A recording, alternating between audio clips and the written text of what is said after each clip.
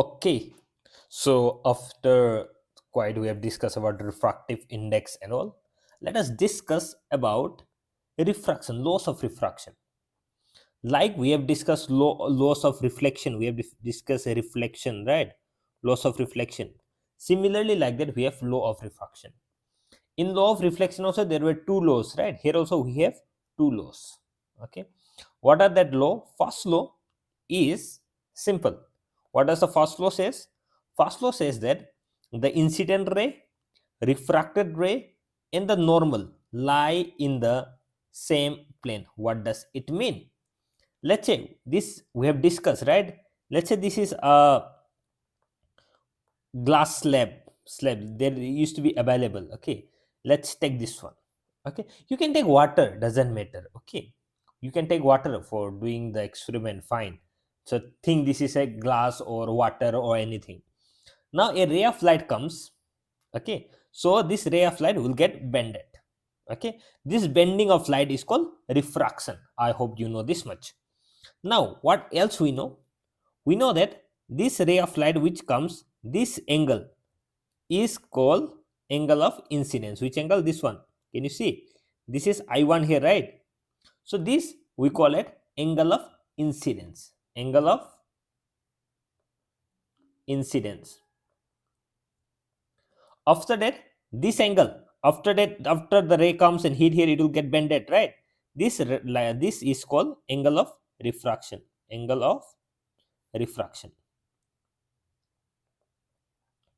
I hope you know angle of incidence and angle of refraction. First law of First law of refraction is the incident refracted and the normal lie in the same plane. Okay, what does it mean?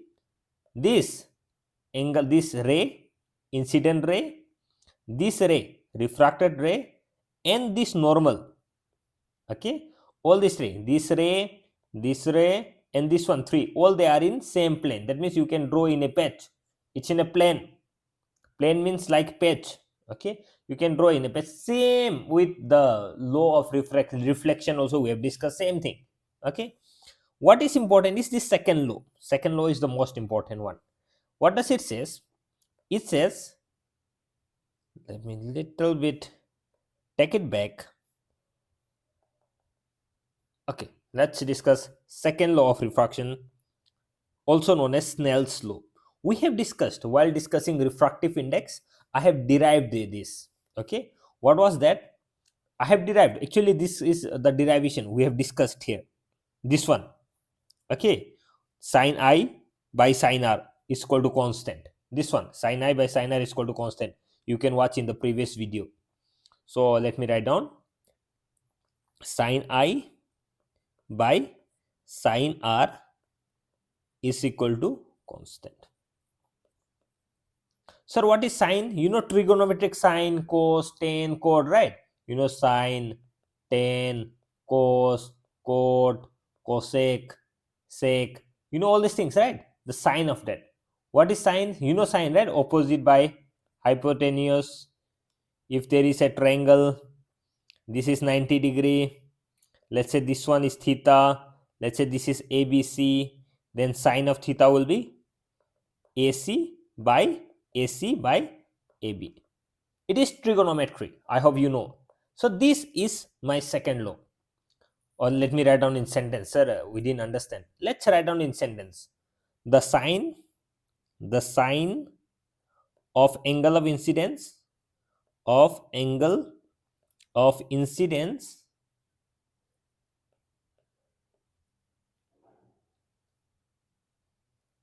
the sine of angle of incidence bears a constant ratio to the sine of angle of refraction. This is how we write down in English. Okay, or we can say that you can simply write down the second law of refraction says that sine I divided by sine R is equal to constant. Fine. Okay, that's all. This is second law of refraction, and this one is first law. Overall, we have discussed law of reflections of light. Okay, law of refraction of light.